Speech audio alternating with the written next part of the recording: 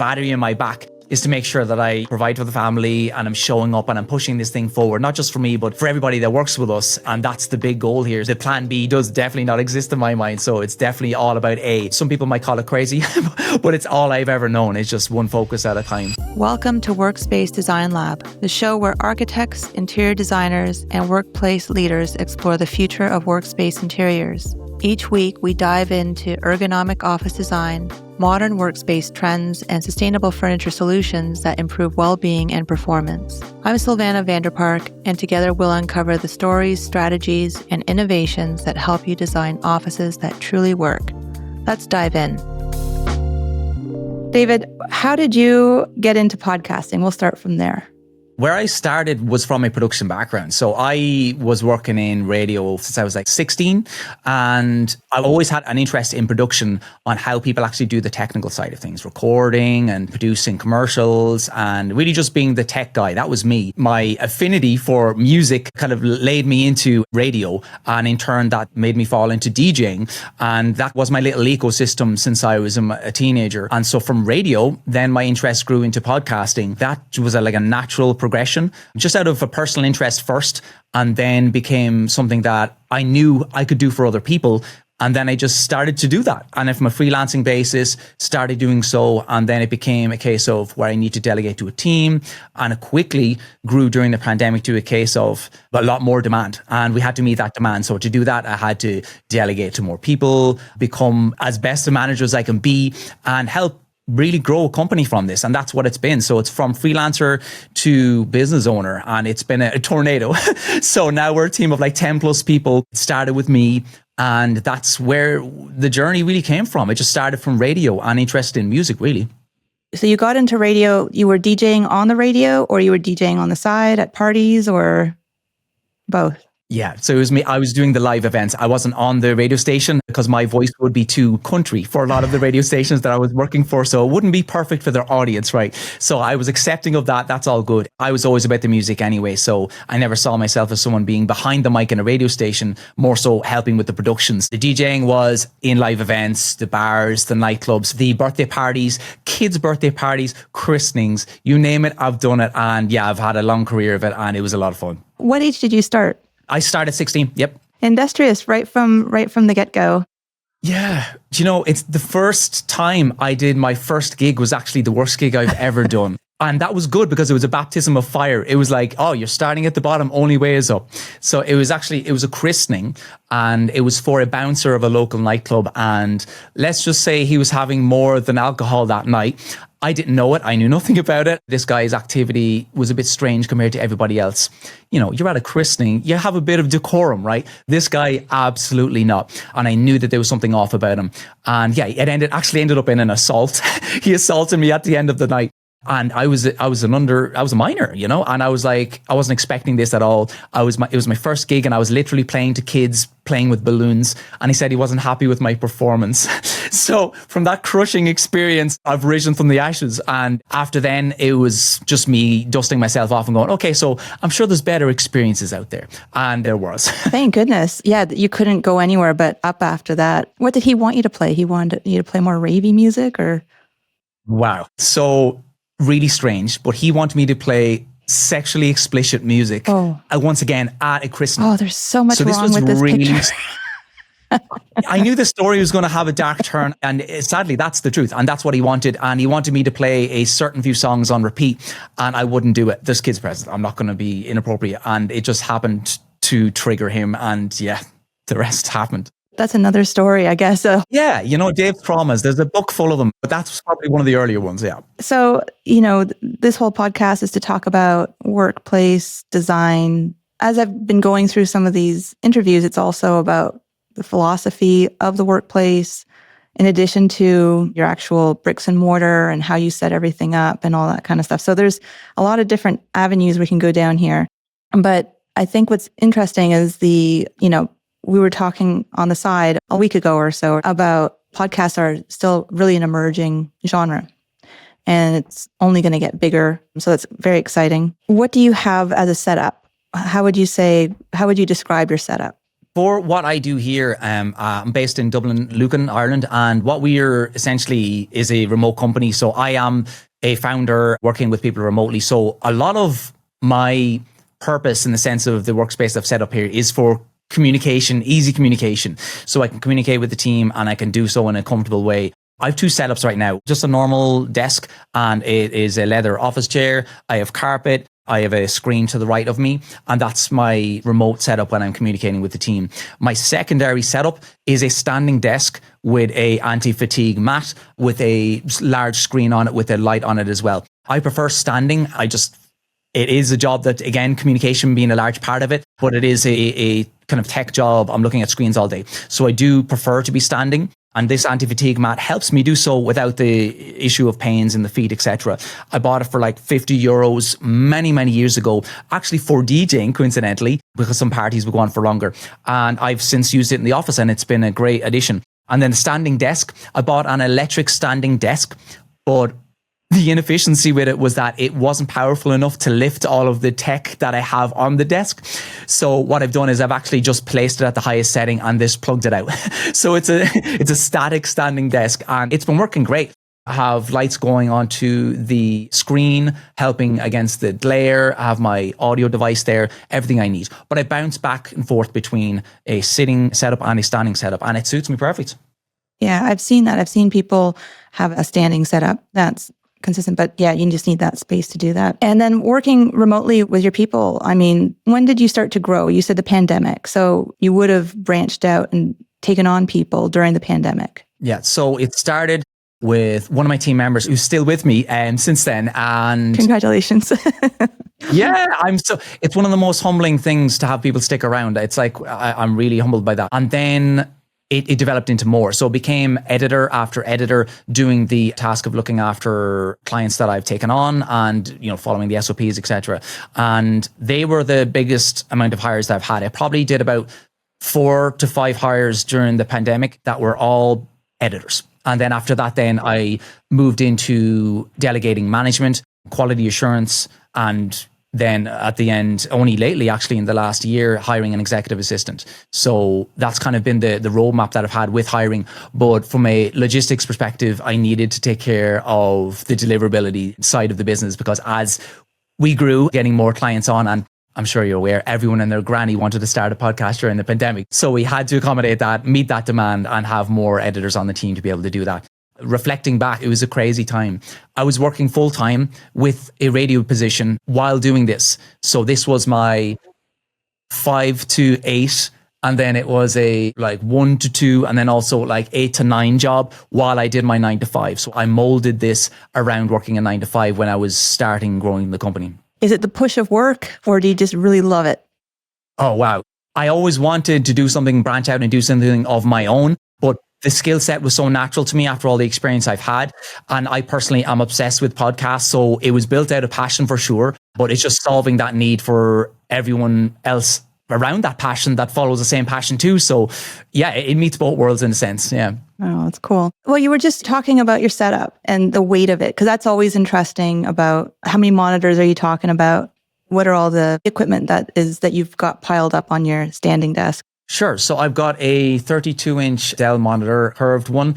I've got 2 M Audio. They are active monitors on both sides. I've got a Rodecaster Pro 2 audio device there as well. I've got my M1 Mac Mini, which I swear by. I love those things. I've got an ATEM Mini ISO, which is essentially a video switcher for cameras, etc. I've got headphones. I've got hard drives, many hard drives, a filing cabinet essentially for all the business. That is kind of webcam as well, obviously. Yeah. And that's kind of it. And a picture of my daughter. So that's kind of it. So yeah, it's the full package. Most of the weight is the monitor, to be quite honest with you, that the table couldn't take because it has a stand and it's curved. Those curved monitors are quite heavy. It's true. Hey, quick pause. Have you ever felt like workspace design is one big puzzle with too many missing pieces? From budget questions to practical requirements, it can feel like guesswork. That's where Novolink steps in. We bring you a clear product and a proven process backed by a team with the know-how to guide you step by step. No confusion, no overwhelm, just clarity and support from start to finish. If that sounds like what you need, scan the QR code or check the link in the show notes. Now, let's get back to the episode. episode. Do you ever see yourself going into, in your dream of dreams, would you want to pull everybody into, if it's possible, because you could be very remotely, hiring and stuff like that. But assuming that people are in the Dublin area or the majority, would you create, like a headquarters kind of thing? Yeah, for sure. This is definitely a goal of mine. We've been fully remote since I started, but we have had inquiries, people finding us on Google Maps saying, hey, how much is it for an hour at your studio? And I've been turning people away because we just don't have the capacity for it right now with what I'm doing with the company. But this space is primed for it. So the more I think about it, the more I am considering it to set this up as a podcasting space where people could use on a regular basis. Now, this is my studio, by the way, is at the back of my home. We have a very small garden. You walk through a side entrance. It's totally accessible, but it is primed for something like that. And I do see in the future that we would do this because there's so much technology in this one space. So it would be a shame not to. Yeah, I can imagine. It would be very exciting. And kind of just imagining what the experience would be walking in. There's a place that's set up here. I'll send you the link out to it after so you can see it. But there's a whole kind of media thing like that here in DC area that you can rent spaces to do podcasting and stuff like that. And they've also got things going on there. So anyway, it's interesting. Yeah, for sure. There's actually a lot of them happening in Dublin as well. It seems every week I'm getting a post about, hey, new studio opened up for social media content and podcasting content. I just showed you what's happening and the way the market's moving, that people are developing these spaces and putting money behind these projects to enable people to do that versus recording in their office or whatever. So it's really interesting, but clearly business that's taking off, That's interesting. Is it a Dublin thing, do you think? Or like, is there an epicenter of podcast kind of studios or still developing? We still developing for sure. If I was to put a number on it, I don't know, maybe 20 last year. We have much more than that now. I would say we have about 30 plus now options in Dublin, if not more. So it is definitely booming. But yeah, before I remember looking into it, having limited options to offer people that are coming over. And now there's a lot to choose from in a lot of spaces. Yeah. That's fascinating, actually. I haven't seen it explode here yet. So I thought I should get into the business and set up. I was looking at one property and I thought, just put some studios in there for people to do it and see what happens. But this place in DC opened up. So probably people will just go use that one. People love options, that's it. So if something's booked out, people are going to look for an alternative option. So you never know. You never know. You never know. We can do a branch over here of your company. So there you go. Bring the Irish over here. Yes. Big shamrock above the door. Guess who's here? Yeah. That's awesome. I'm born on St. Patrick's Day, so I feel like an honorary Irish person too. So I'll take it. Wow. There you go. I can't believe it. Wow. Luckiest person ever. I am. Like, if you were to give advice on somebody setting up a podcast right now, what would you tell them? Do it for the right reasons. It's what's the intention? What are you trying to achieve with it? A lot of people that I have conversations with, so much actually is, hey, so how do I monetize this thing? And that's probably the worst question to ask in the beginning because you've no community and who are you talking to and what are you trying to do outside of money? Is it more so providing value to people? Are you looking to educate people? Are you looking to inspire people, develop a community? What's that goal first? And then look into that as the primary reason for moving forward. The money side of things happens much later. You can, of course, develop digital products and develop a community and gated content. There's a lot of ways to make money, but it shouldn't be the only reason why you want to start a podcast. It should be able to add value to the market, because if it's not adding value to the market, it's just going to disappear as noise and it won't be picked up by the people you're really trying to affect. So that's important. It's just intention. And once you have the right intentions in mind, then you'll find the process be so much more seamless and make a lot more sense for you. And then if people come to you, you help them along. How we've worked is defining what the goals are, what the content's going to be. I think a really fun aspect is just had the analytics come back and just say, hey, what's working and how can we improve? The most successful podcasts are going to have people with maybe journalistic backgrounds or some kind of production backgrounds. I'm very unpolished. I haven't taken any courses or anything like that, but I have found an online one. So you just never know. There's always room for improvement and everything. Is there a trend of I know there's the Mr. Beast, which I think that's games and gifts or kind of rewards kind of thing. But in terms of content, what are the successful podcasts? What are the successful podcasts? The top 5 in the world, they always rotate. It's Joe Rogan, Mel Robbins, Chris Williamson, like all the big names. But they're kind of dominating for the reason that they've been doing this for a long time. and they're repeating what they're doing for a long time, talking to bigger and bigger, C-listers, B-listers, even A-listers as well. So you're bringing along huge profiles after being established for so long, and you're really getting an audience of thousands, tens of thousands every time you record. That compounds over time. That's what they're doing, is just being consistent, and their intention is quite clear. They're like Joe Rogan. He just wants to have interesting conversations with interesting people. That is his value proposition, and he has stuck to his guns from episode 1. Chris Williamson, quite similar. Mel Robbins, quite similar as well. But it's all about what the reason is, and they've just followed that reason in every episode, and from there just gotten bigger guests, more interesting topics that are more relevant and trending. And it's funny, success leaves clues. A lot of these people, and it's very humbling to notice as well, is that there's nothing special about these people. They just have gotten a plan in mind and stuck to it. And literally that is the key. And it's like anything in life, you've got to be consistent, but once you have the right intention behind it, that is a huge plus. For podcasting, you need a very long-term view.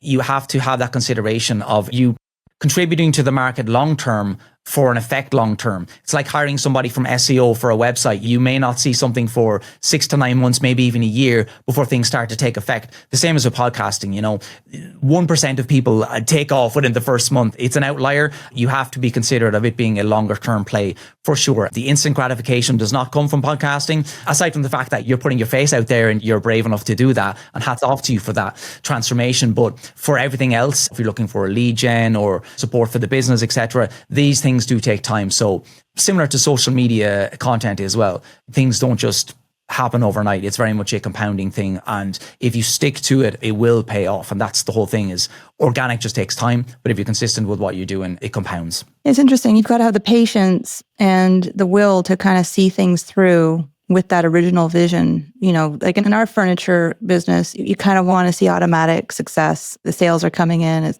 going crazy.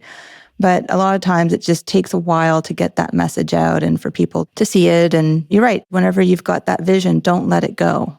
Absolutely. It's a comment on where we're at in society right now as well. I don't know if you've heard of this term, the trust recession we're currently in, because of the rise of AI and deep fakes and authenticity being very questionable right now online for people. Is it 20 LinkedIn posts made after a couple of ChatGPT prompts? It's interesting because people are now looking for authenticity and trust. And with podcasting, that can be achieved because you're having real conversations with real people. That's for 95% of podcasts. There are elements of podcasting being automated too, but nobody's listening to those, thank God.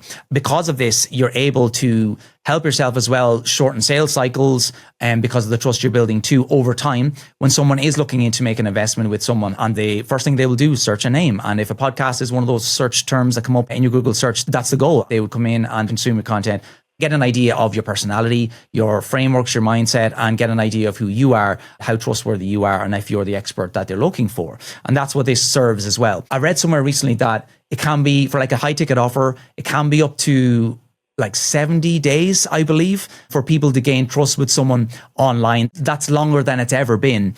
And this is largely due to the trust recession that we have right now, which is really interesting because people are taking longer to trust people and make investments than they ever have due to technology, AI, etc., being so helpful to us. But it's hindered the element of trust with real human connection, which is why podcasting stands out long term. Now, of course, I'm biased, but it's interesting to see that as a society. It's just where we're going. I guess if there's an analogy here, it's when we would put together a proposal or a catalog, we would always put together a sample desk, take a photograph of that sample desk, and then what you'd see is the actual thing. Then rendering came about, and that started to replace, because it's cheaper, it's faster, but it replaced sometimes even physical sample desks in showrooms and stuff like that. And that didn't really pan out. People want to see the real thing, and they want to come to kick the tires and make sure it's real. So we've had people come to the showroom. You think, gosh, the investment in a showroom is a lot. You kind of don't want to do it, but they come in, they go, okay, you're real. They see the factory, it's real. This furniture works. It's not just some kind of video game showing monitors going up and down and back and forth and stuff like that. So I am relieved to hear that the AI, we don't have AI characters doing podcasts that are number one. It's the real deal. Yeah, you mentioned the top 10 I mentioned earlier. That varies all the time, but it will never, in my opinion, be a AI generated person or people. It's just not how we want to connect. Again, it's about human connection and being a fly in the wall for a really interesting conversation. If it's generated by a computer, it's just a very different approach and it just doesn't hit in the same way. Again, trust. How can you trust something like that, you know? What has been your greatest DJing moment? Fatman Scoop. I'm sure you've heard of Fatman Scoop. So I made a mix online years ago and he sent me a video message, but he had his camera facing the ceiling. So I thought it was like a fake account doing a prank thing. But I was in radio at the time and I stepped out to listen to it. And he was addressing me and saying how dope he thought my mix was because I had included one of his songs in it. And he said that he'd love to talk more with me on it. So I talked to him, which was very surreal for me. I had Fatman Scoop Be Faithful vinyl on my wall at that time at home. And I couldn't believe it. It's very surreal. Lovely guy, God rest his soul. And he said to me that when he comes into Dublin next, he'd love to link up. But years later, I was working at a Dublin radio station that was right beside one of the biggest venues in Dublin, which is called the 3 Arena. And I saw a post online saying that he was playing. And I messaged him and I said, just a long shot. I said, hey, Scoop, as he wanted me to call him. Hey, Scoop, I'm working around the corner from the venue. I've just learned that you guys are playing tonight. I'd love to meet up with you. And he said, oh man, come through 100%. So we sent a guy around to pick me up. I was in awe. I said, so you've been working with Fatman Scoop for long? And he said, yeah, I'm his tour manager. And he introduced me to everybody backstage. Everybody backstage was all the noughties artists that I grew up listening and drooling over. Maya, it was Eve. We had, who do we ask? We had Robin S. We had that band that did it. We got 21 Seconds to Go. So Solid Crew. And yeah, Nelly. And I met them all. And he just introduced me like I was a normal guy. So I had to play it cool. I was just, yeah, hey guys, nice to meet you. I'm David, nice to meet you. But really, I was freaking out trying to hold it in. So that was a really surreal experience for me. And I got pictures with everybody and he allowed me full access. I was walking around on stage during sound check. I was allowed to be in front of the stage during the show. He was very nice. And we talked about doing some shows. And then unfortunately, he passed away not so long after that, but his memory lives on. And I still play Be Faithful. I play it all the time. I have his vinyl signed. And it was a great story. And he invited me into a world that I didn't know I would ever be a part of. And all these people are just normal people like me and you. They're just consistent in their own lane, doing their own things. But that blew me away. And that's a story that will always stay with me with DJing that landed me in that position. That is a gorgeous story. Wow. I still have the pictures on my phone. I still go back and watch the videos and I still relive it. I tell my daughter about it. And yes, it's one of those experiences that stuck with me as being probably one of the highlights of my career. I'm not still DJing. I stopped during the pandemic because obviously there was no business in it. And I took up podcast production and that's where I put my energy into at that point.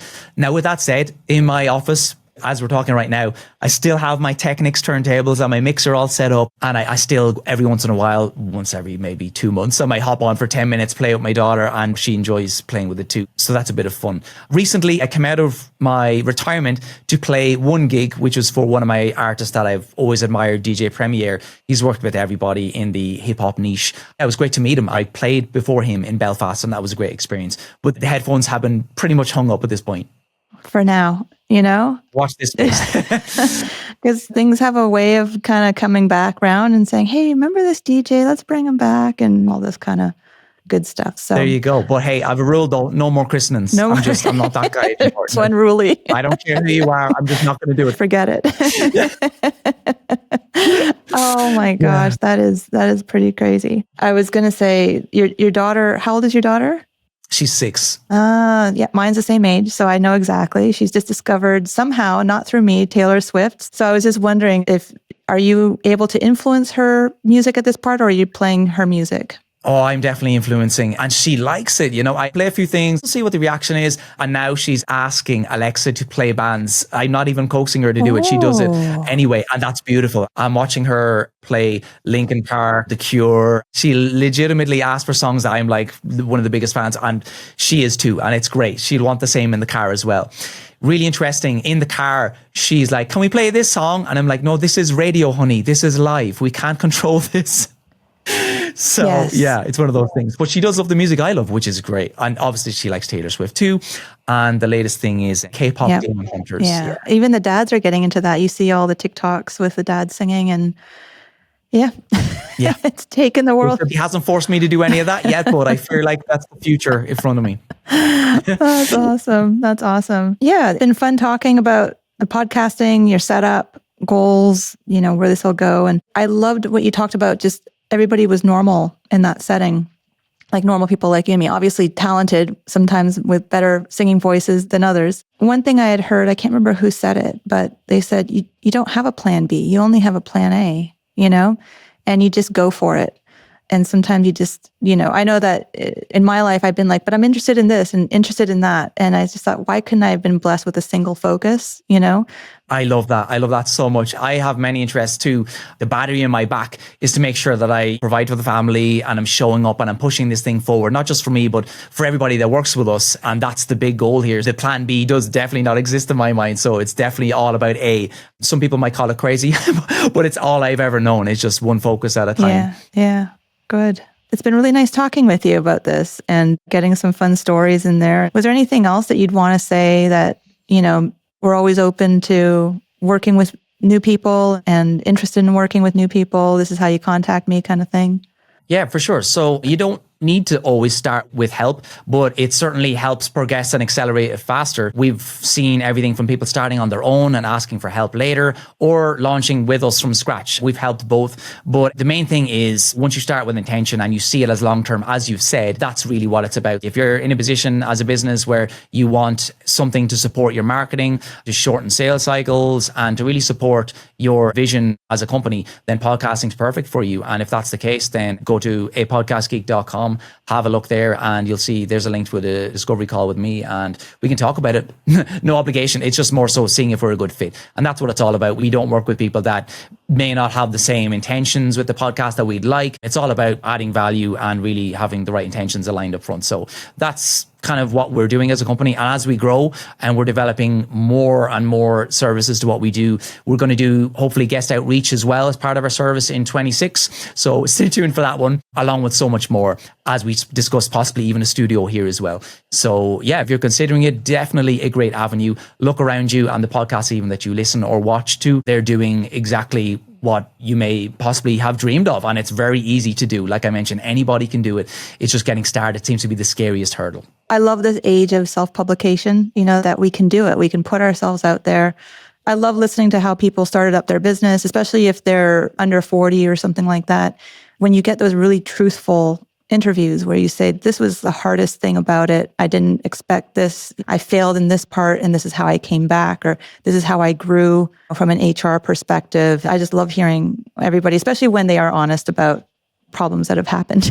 Oh my God, we could start a whole new podcast about me and the problems I've had. It's all part of business, the ups and downs, isn't it? You've got to take the good with the bad. I mean, we've had points where we've lost multiple employees at the same time. We've had a lot of tech issues, up and down, and that's part of the journey though. I always say to my operations manager, this train moves forward regardless of what storm hits it. It's all about having that why and that bigger vision of, no, we're doing this for the bigger purpose and amplifying voices out there. So we have to do it and move forward regardless. So you've got to be solution orientated. Tell me about it. Sometimes we've been in the position where it's like, okay, there's some business happening and stuff like that, but to be able to sustain it long term, you're thinking maybe this is going to be, maybe we should start thinking about something different. And then all of a sudden you've got clients show up and you're back in business again, full steam ahead. I think you've just got to have your doors open.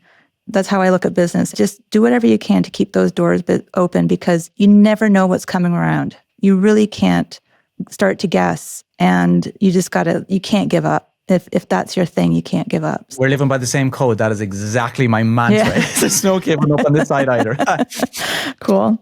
Awesome. Well, thank you again for chatting, and can't wait to see where all of this goes, both with our podcast and with your podcasting business, and see where the industry goes. I like having a long-term view to give me a reason to keep on going. It's not like you have to be established now and viral now or something like that. Just establish that long-term trust, and I love that. So absolutely. Thank you. That's the name of the game.